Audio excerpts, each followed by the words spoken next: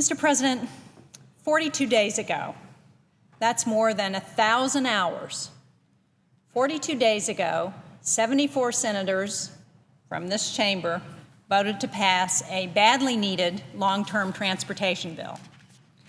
At that time, I joined many of my colleagues from both sides of the aisle to call on the House to consider the Senate's bill or a similar bipartisan bill that would provide highway and transit programs with level funding for at least 2 years. Now, while the House has not yet passed a long-term bill, I am pleased that they voted to go to conference with the Senate. That means we're one step closer to finally having legislation in place that would support nearly 2 million jobs, about 6,600 of those in New Hampshire, a bill that would maintain current funding levels and that would avoid an increase in both the deficit and the gas taxes. I urge the House and the Speaker to immediately appoint conferees so we can continue moving forward and finally pass a long-term transportation bill. We can't wait any longer. 937 days have passed since our last federal transportation bill expired. If you're counting, that's 2 years, 6 months, and 27 days.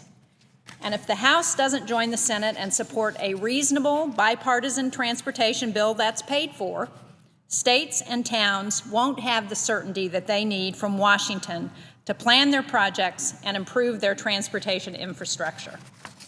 According to numerous studies, deteriorating infrastructure, the highways, the railroads, the transit systems, the bridges that knit our economy together, costs businesses more than $100 billion a year in lost productivity. That's because we're not making the investments we need to make.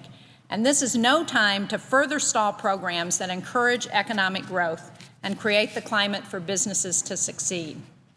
In New Hampshire, we've very directly experienced the consequences of this uncertainty.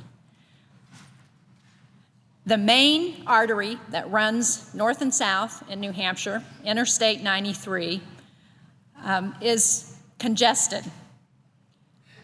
Currently, we have a project underway that would reduce that congestion on our state's most important highway. It would create jobs. It would spur economic development.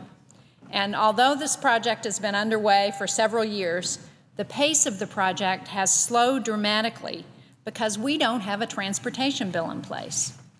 Businesses and developers along the I-93 corridor can't hire workers or invest for the future while the project remains uncertain. We need to act now to unleash the economic growth that this project and transportation investments across the country will make possible. Now, we know that projects like Interstate 93 produce good jobs. New Hampshire's Department of Transportation has said that work on just one section of the highway, just one section between exits 2 and 3, created 369 construction jobs. And all around the country, we have projects like Interstate 93 that are waiting on Congress to complete this effort. For every $1 billion we spend in infrastructure investment, it creates 27,000 jobs. It shouldn't be so hard to get this done. If Barbara Boxer and Jim Inhofe can agree on legislation, then the House ought to be able to agree on legislation.